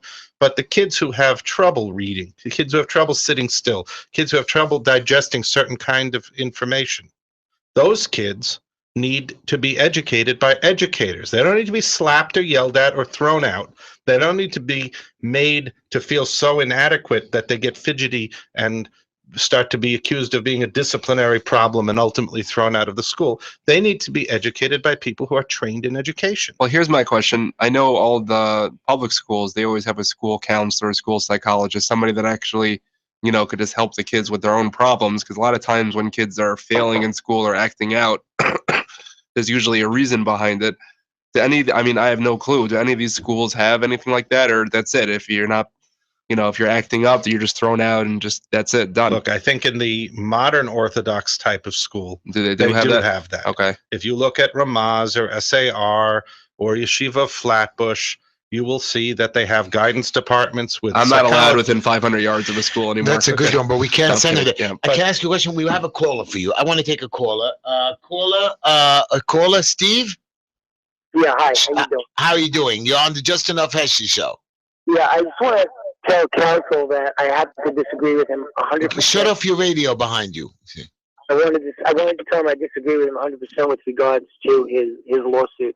I think, first of all, you're dealing with a private institution, a yeshiva, and they could set their own standards as who they want to bring in and who they want to keep. Let me ask you a question, Steve. Yes. After they've accepted a student and taken Yes. their tuition, Yes. do they owe the student anything? They Is there not a contract between the student or the parents and the school, at least for that year, that during that year the school will act towards the student with good faith and honesty, and not make up stories and not make up falsehoods to throw them out of the school. And if they do decide that this child is not for the school, that they will treat the child in a respectful way that doesn't damage or destroy the child. Yeah, the email But to it's- other parents is the big problem. But besides the email, why not work with the child to find another school? Forgive me, but what on God's green earth is a school thinking when they take the kid mid-year and say, you're out, good luck to you, go somewhere else? If you don't have another school where they can go, if there isn't another school in town that will take them, you have no moral right as a school to throw them out mid-year.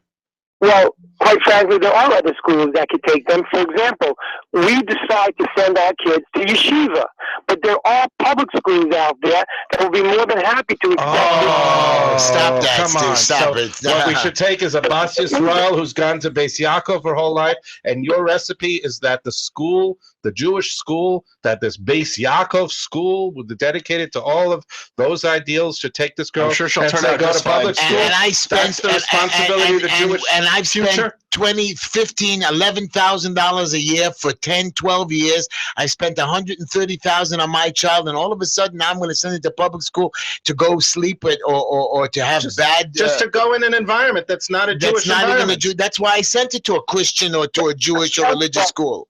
You're not letting me talk, but that's okay. If you want to overtalk me, you can. What I'm telling you is that there is no right. There is no civil right for a yeshiva education. You may have a civil right for an education for Do your you think child. do you think there's a halachic right? What do you think is the halachic obligation of the school? What you do is take that case out of the civil court and bring I'm it to asking you, what do you think is the halachic obligation of the school? And before you start talking about Beis Din, tell me which Beis Din the school went to before they threw the girl out. I don't know, but that's what I'm saying. So you bring them to a Beis Din and let the Beis Din decide instead of having the secular judge decide whether or not that school is adhering to halakha or not. Steve, can I ask you a question? Is that Beis Yaakov, by the way, taking any government funds? I don't Of course know. they Like, are. Of course they are. They're taking busing. They're taking lunch programs. They're taking book money. They're taking so many. 1 minute. They're taking so much funding from the government. They are a public school. They're charging additional fees. But the second they take any government funding, they are not a private school anymore.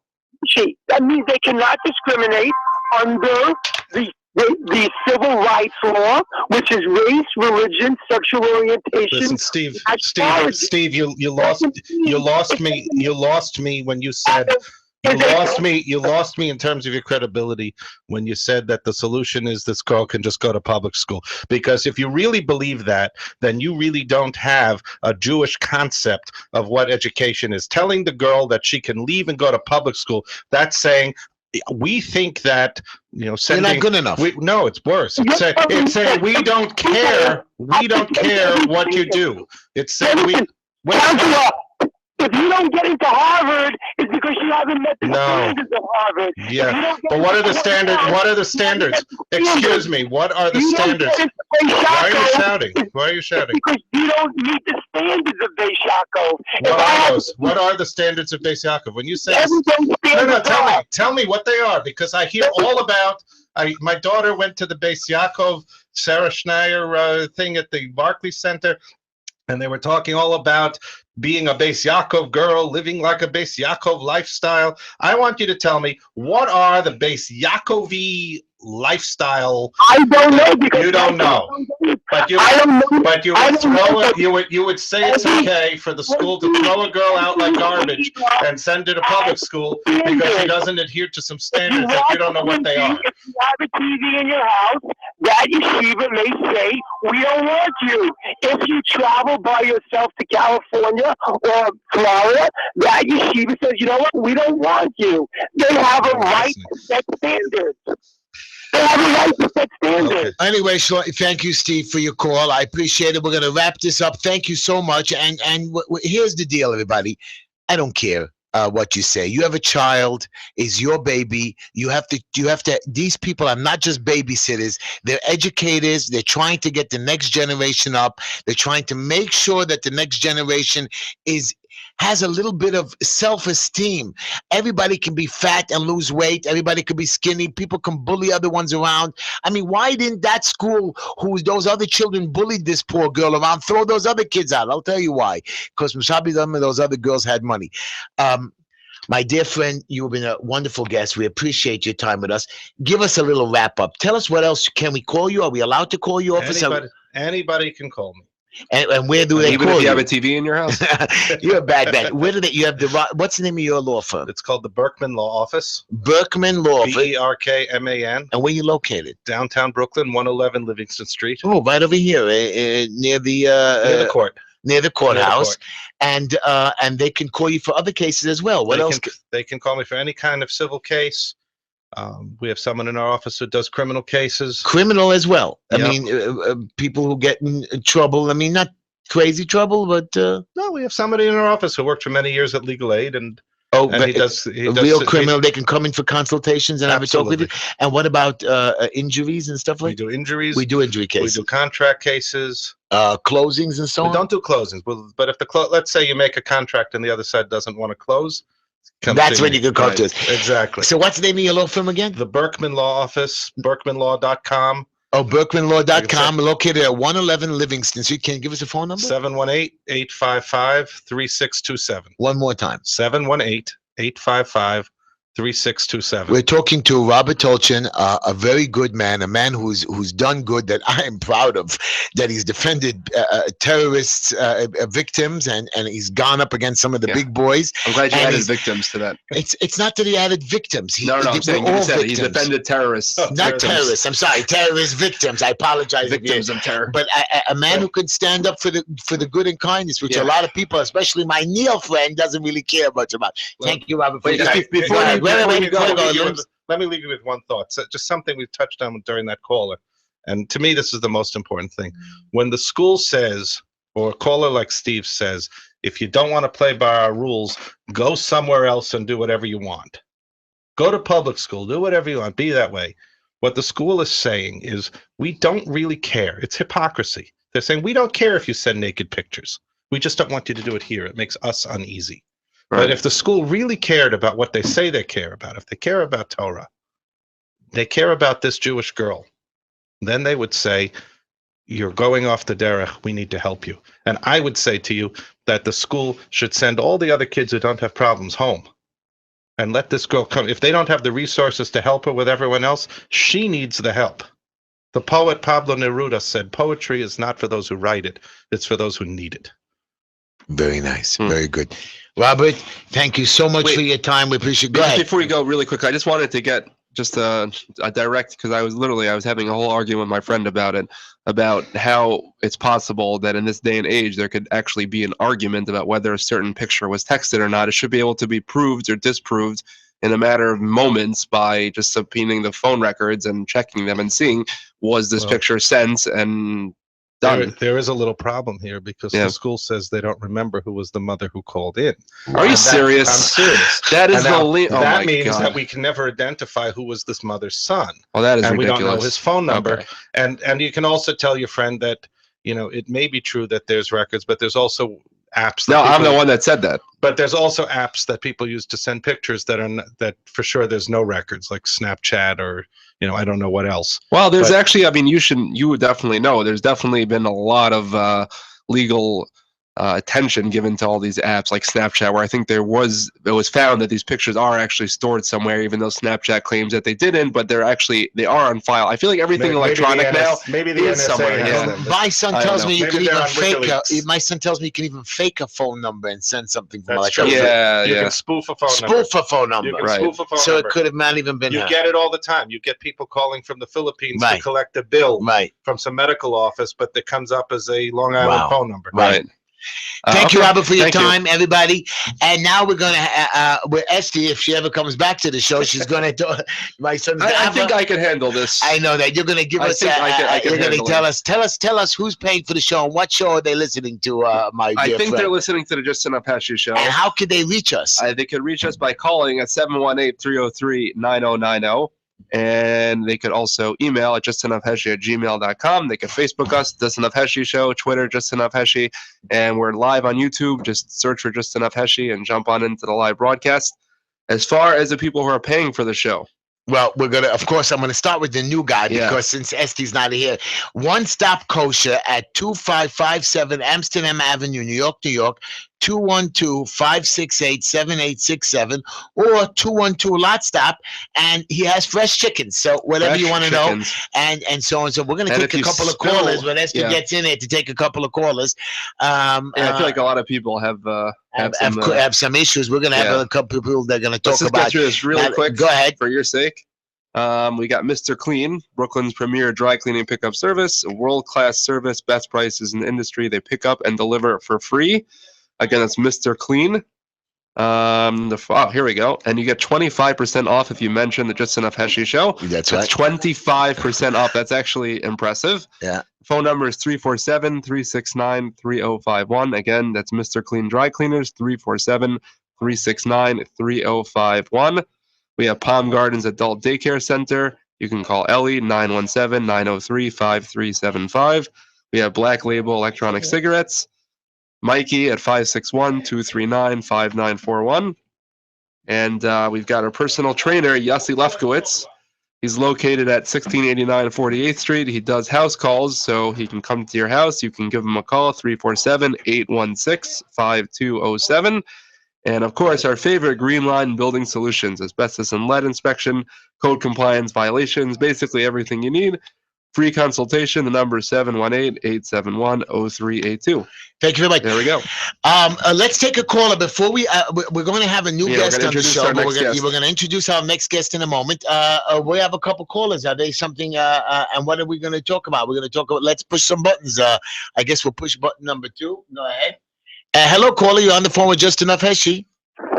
Yeah, hi. I just wanted to call and say I'm supportive of everything you guys are doing. I just, the girls are going to BSAC schools to be cultivated to, they're leading the next generation of Jewish girls. And the fact that they're teaching them that it's okay to lie and okay to, ruin people's futures is not okay. So I'm totally supportive of everything you're doing. And I think it's amazing that you're a trailblazer and just doing the right thing and standing up for what's right, especially for this girl who's really, been crushed by the people that she's looked up to for all her Yeah, life. so the lawyer is doing a lot more than just protecting this one girl. He's really defending a whole system and defending a whole bunch of people who have had the same experience. So I you should really be can't believe thanking him. that everybody is not Yeah. thanking Robert.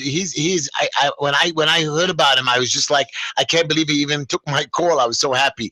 But yeah, and I wish I would have known him many years ago. I'm sure he would defend anybody, and he'll give you advice. I mean, you can give him crazy cases, but yeah, I disagree. I know this happens over and over again, Yeah. and a lot of girls get Let's abused ask like your this. caller, do you agree that once a girl gets thrown out of her, her first school, it's pretty much, a spiral downhill from there? That's like the beginning of the end, right? Yeah, especially in the close-knit Jewish community where everything is hindered by reputation. So it's just terrible. It's devastating. Gotcha. Wow. Yeah. Thank you so much, caller, for the call. We appreciate Yeah, it. and shout out to Moriel. Shout out to Moriel. Is that her birthday or just a shout out? Just a shout out. Shout out. Hello, Moriel. We're shouting out to you. What's your name? Do you want me to say your name? Nah. Okay, Moriel. We don't really want to tell you who's shouting out to, but we're all shouting out. You're just not official. An anonymous shout out. Thank you so much, caller. We appreciate your call. I think we have one more also. We'll take Mitch's call. Sure, go ahead. Hello, Mitch. How are you?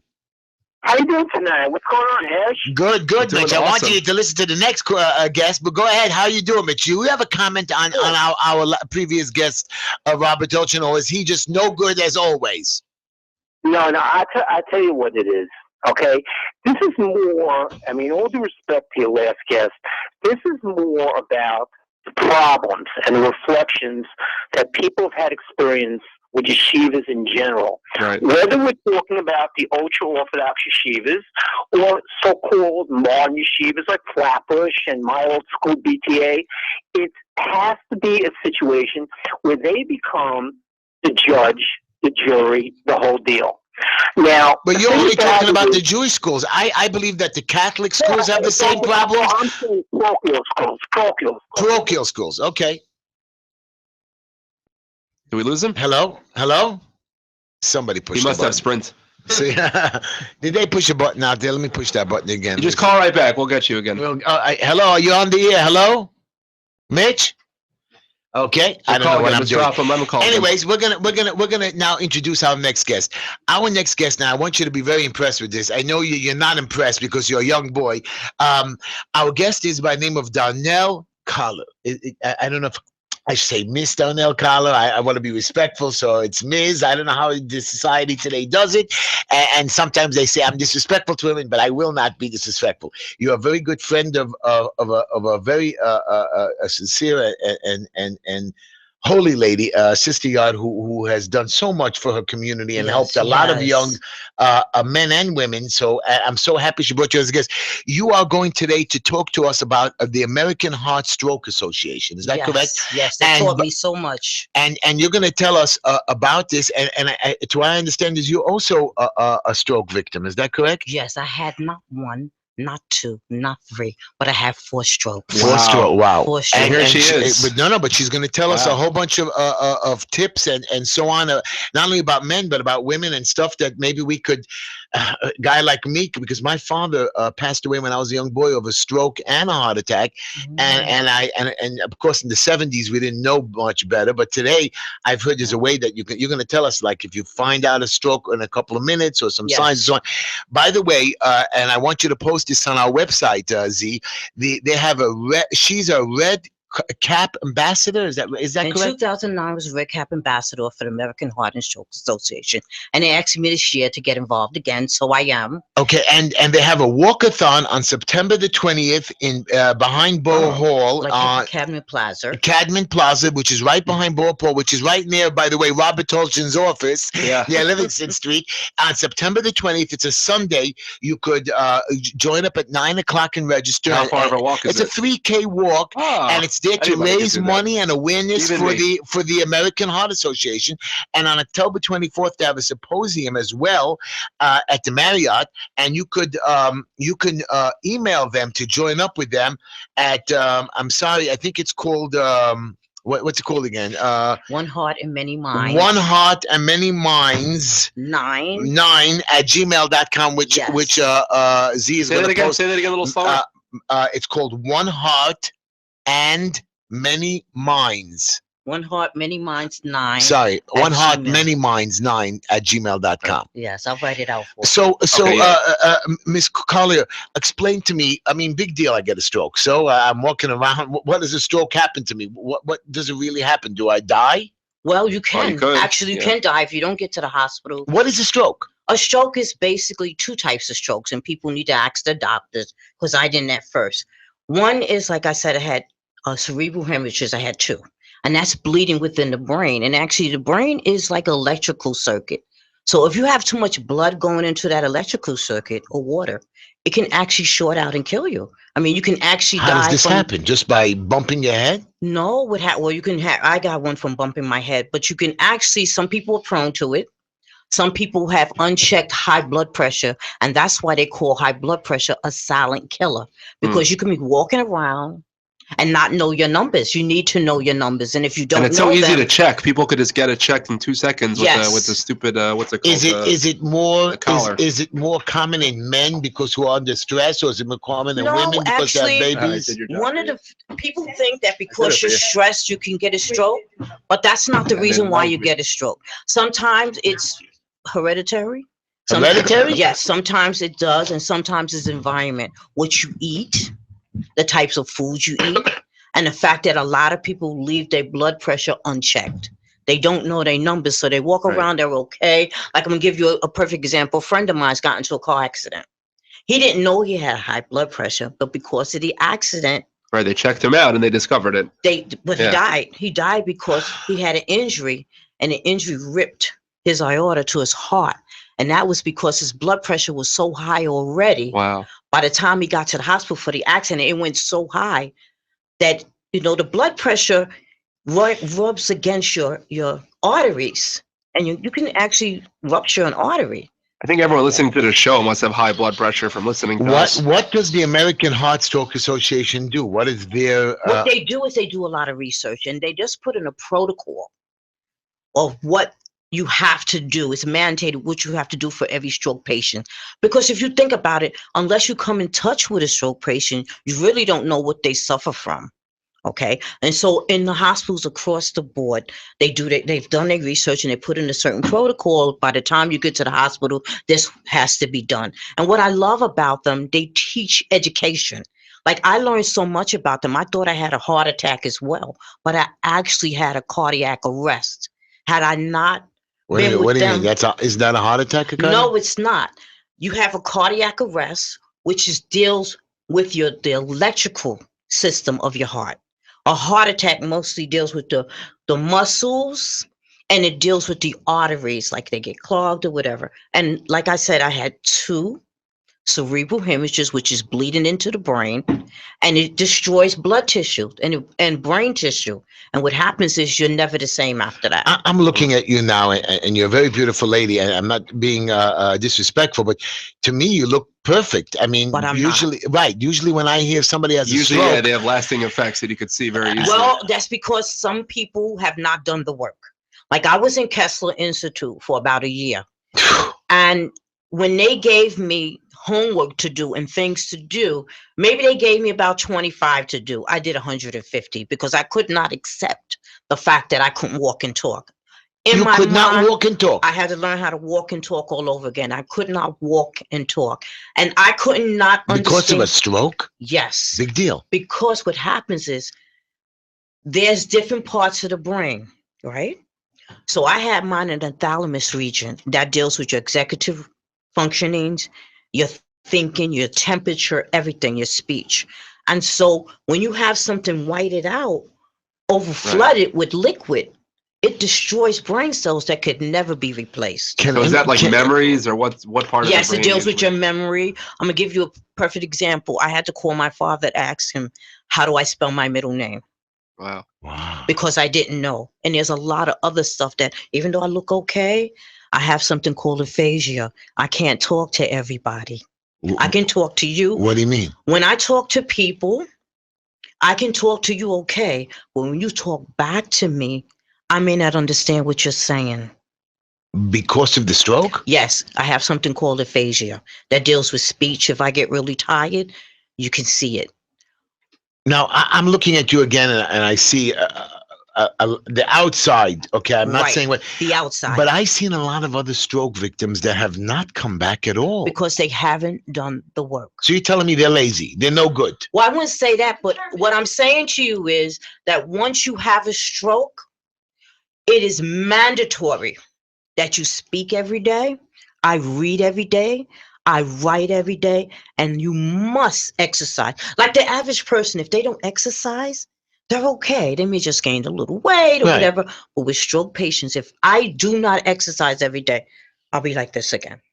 I'll start to be deformed. And the reason why I know that, because it happened to me. I thought I was fine. So I stopped reading every day and I stopped exercising. And all of a sudden, my hands started going like this again. And it got like this. And I go, oh my God, I can't go back there. Just for the people who are not watching us YouTube, she was like pulling her hand back in a, like a crouched position.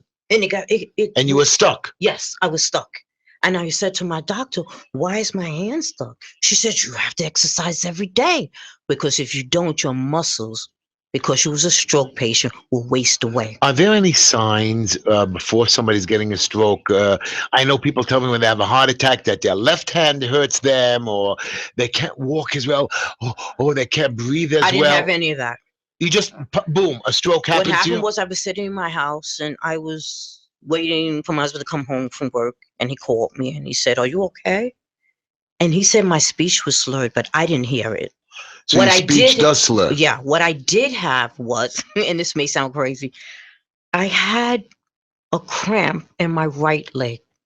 And I thought it was just a cramp. You know how you get a Charlie horse? Yeah. That's what I thought it was. So I started trying to do ballet to get out the cramp. Right.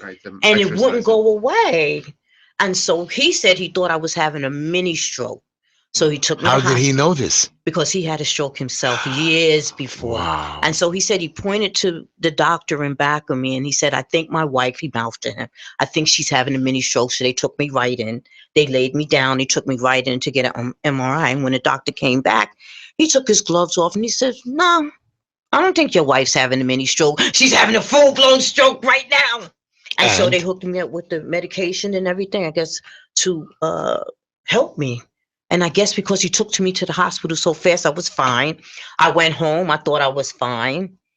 And then my blood pressure went up to 220. And that's when I had the blood clot. I mean, you didn't know to control this afterwards, or? No, because I was on medication, but sometimes with certain people, it's a challenge to find the medication that's right for their system. And so I had the blood clot.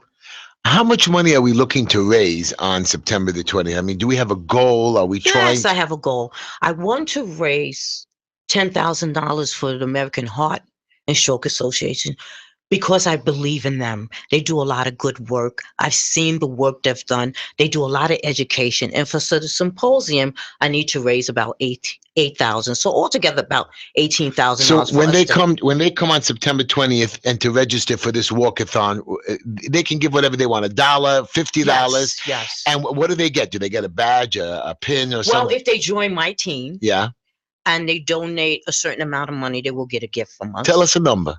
A small number, any number that they want. Okay, if they're going to be part of my team, right? I want my team to have shirts, right? So I figured maybe if they get about $10, I would give them, and they can come walk with us. and they But will they get can a give show. more. They The can give audience more. they could get a lot more.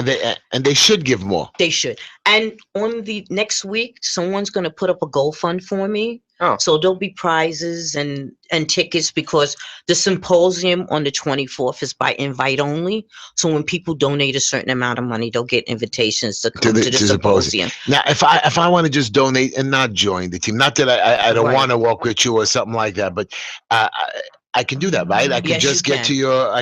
to your website and Yes. find a way to mail a check. There is a way to. Yes, you can. Okay, good. We're gonna. So just we can email you at one heart many minds 9 at gmail.com. Please post that.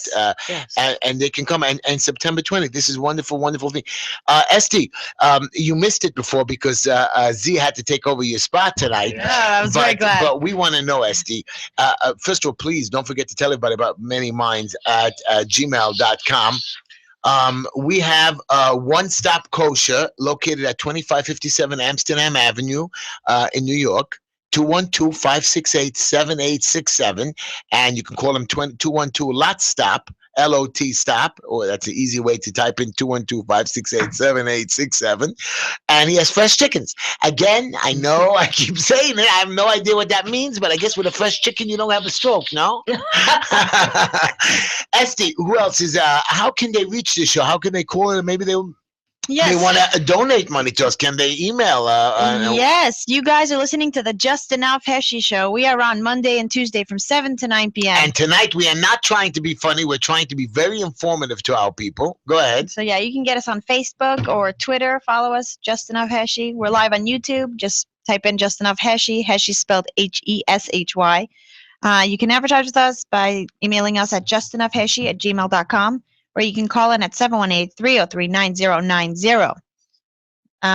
Okay, do we not just do advertisements? No? Oh, you can do, I'd like you to do one or two of them, you know. Okay, one or two. Okay. So yeah, Mr. Clean. Yeah, he's Brooklyn's premier dry cleaning, service. They do pickup and delivery for free. If you mention the Just Enough Heshy Show, you get 25% off. You can call them at 347-369-3051 or email him at mrcleandelivers@gmail.com. If you're looking for a personal trainer for the summer, Yossi Lefkowitz, he's located on 16th and 48th. He also does house calls. You can reach him at 347-816-5207. We have Green Line Building Solutions. They do asbestos and lead inspection, DOB, HPD, code compliance, violations, permits and plans, preventative maintenance. They lift stop work orders, do free consultation. You can call them at 718-871-0382.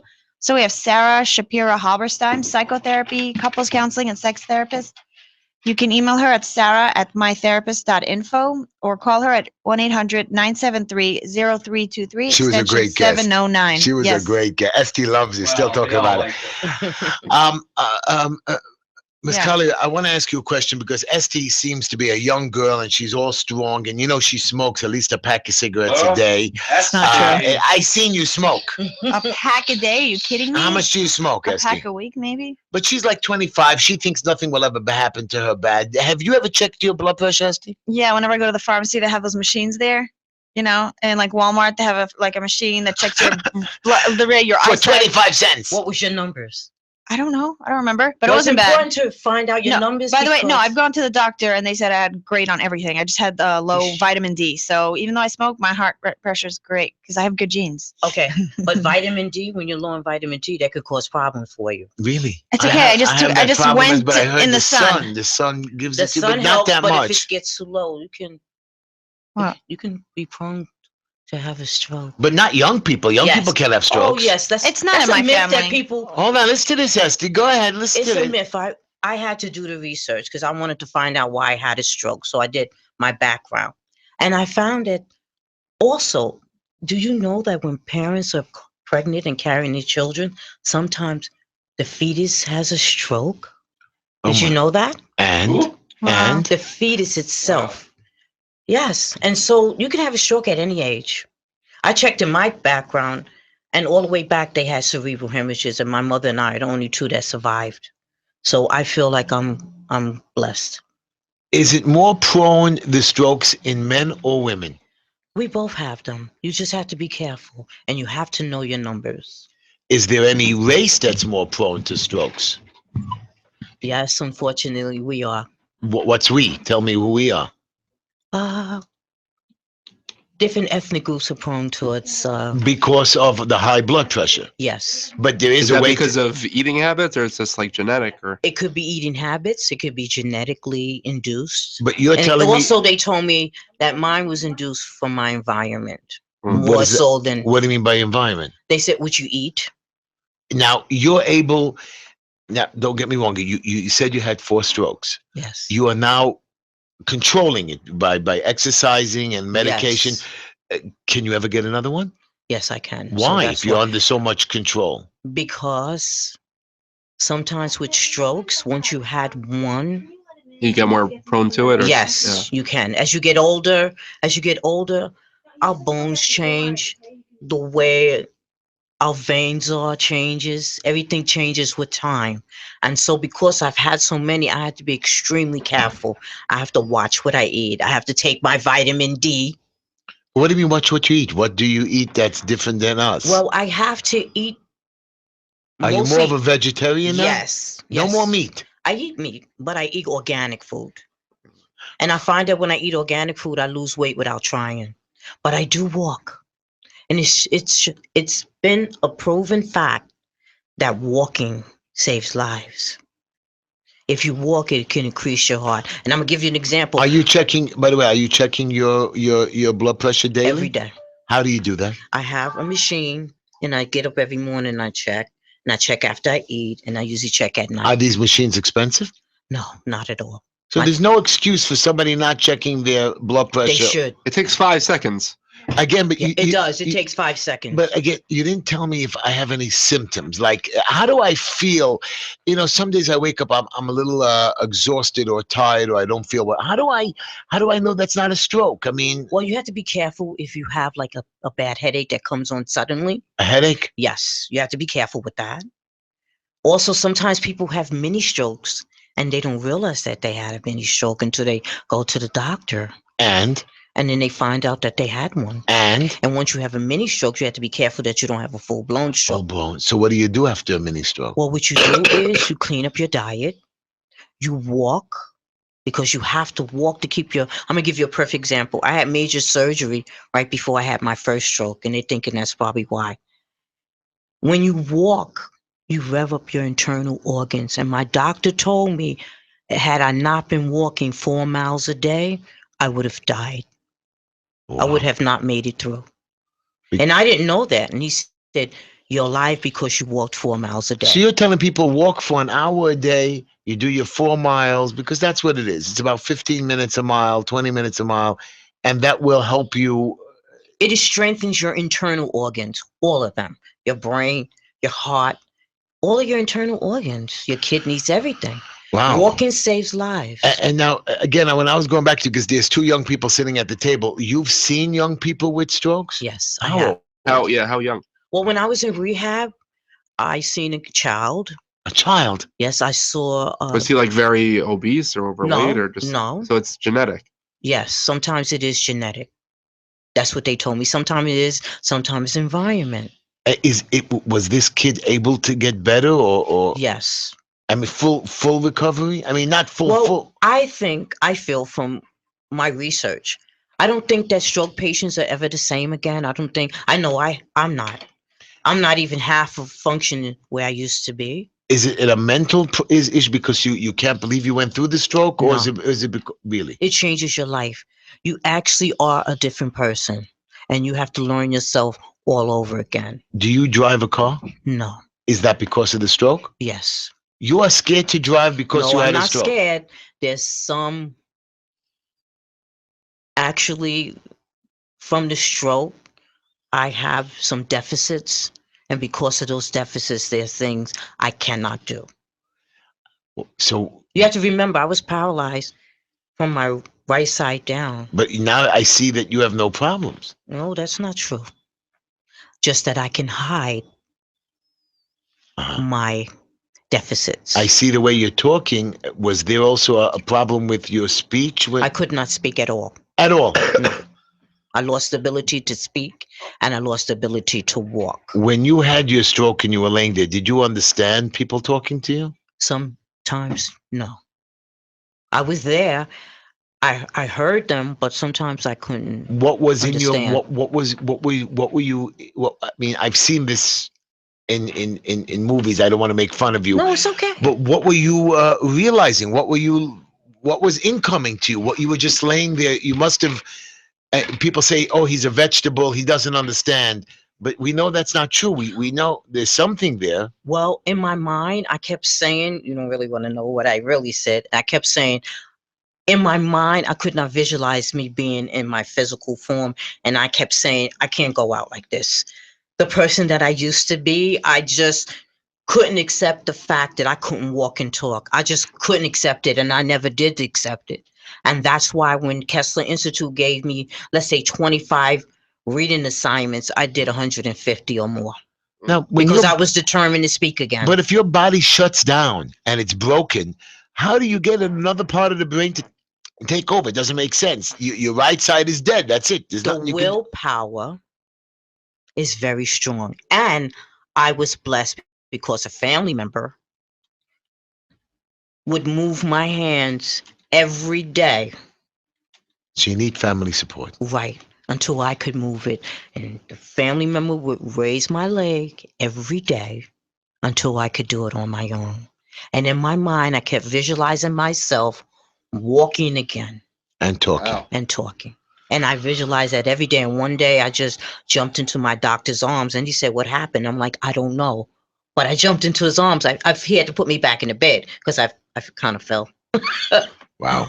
But I was determined and I kept seeking many modalities. And I kept going to my doctor and saying, "You have to let me seek other modalities." And he kept looking at me and he finally wrote the prescription for me to get different modalities. And that's why I want to have the symposium, because I want people to meet my team that got me back together again.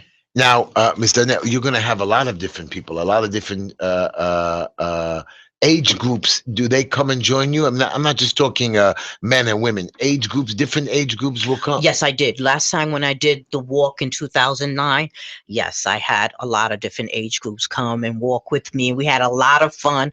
Our team back then was named Friends Forever. French.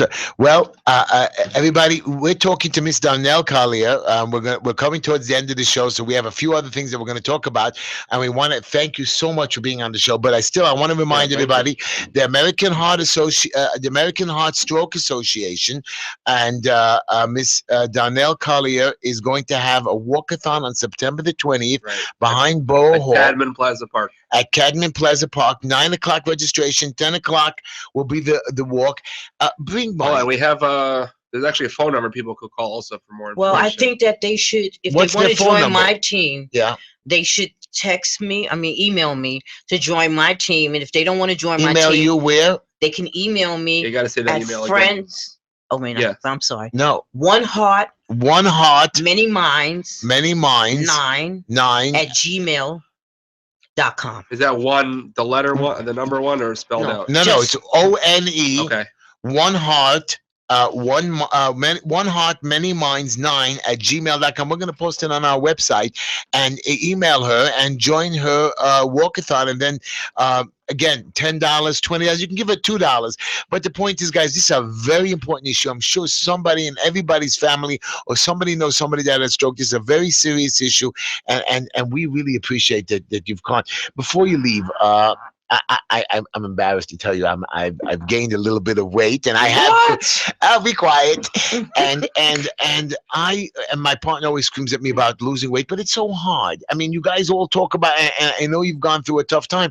Give us a little bit of an idea of a diet, just something to throw out there in the morning. You know what I afternoon. want to say? Something? Just start walking. I do. Just walk. put one foot in front of the other. I lost 25 pounds that way because from the stroke I had gained a lot of weight because I couldn't move around. So walk an hour a day, every day for 1 hour. You walk 4 or 5 miles, and that's pretty good. Yes. And if it's cold, I can't walk in the cold. No, you could walk in the cold. If you walk really fast, you won't feel the cold, and it's invigorating if you get out there and walk. Walking. These young people, they can think they can walk. push us around. I don't know. Just walking. I want to say one last thing. Yeah. Walking saves lives. Walking saves And I lives. want to live. What about you? Check your blood pressure, right? Every Yes. day. Regularly, Try and try to eat a little healthier juicing. You I can- think they say you have to salty stay- foods You have to increase stay blood away pressure, from a right? lot of salts, a lot Yeah, of salt. sodium, carbs. You can have carbs, but you really should have a protein, which is from beans to lean meats. There's a lot of snacks out now that are really good for you. And people should check and see if they have a glute problem. If there's a challenge, because glutes can cause you to gain weight too. How do you find that out? Well, go to your doctor and have them test you for it. And What, we for should go to a celiac doctor disease? when? What do you? How many times a year do you go to your Well, doctor? I have to stay under the care of a doctor forever. You go once a month, once every 6 months, The minimum once a month. once a month. But most people should go at least once every year or once every 6 months. They should go according to them because everybody's different, but everyone should have a screening every year. Every year. They should check from their head to their toe, but mainly I really feel people should know their numbers because You've blood been- pressure, high blood pressure is a silent killer. Yeah. It can destroy your kidneys, your liver. It affects your whole body, your heart. Doesn't make a difference what age, what doesn't race, matter what what age. male or female. Right. You have high blood pressure.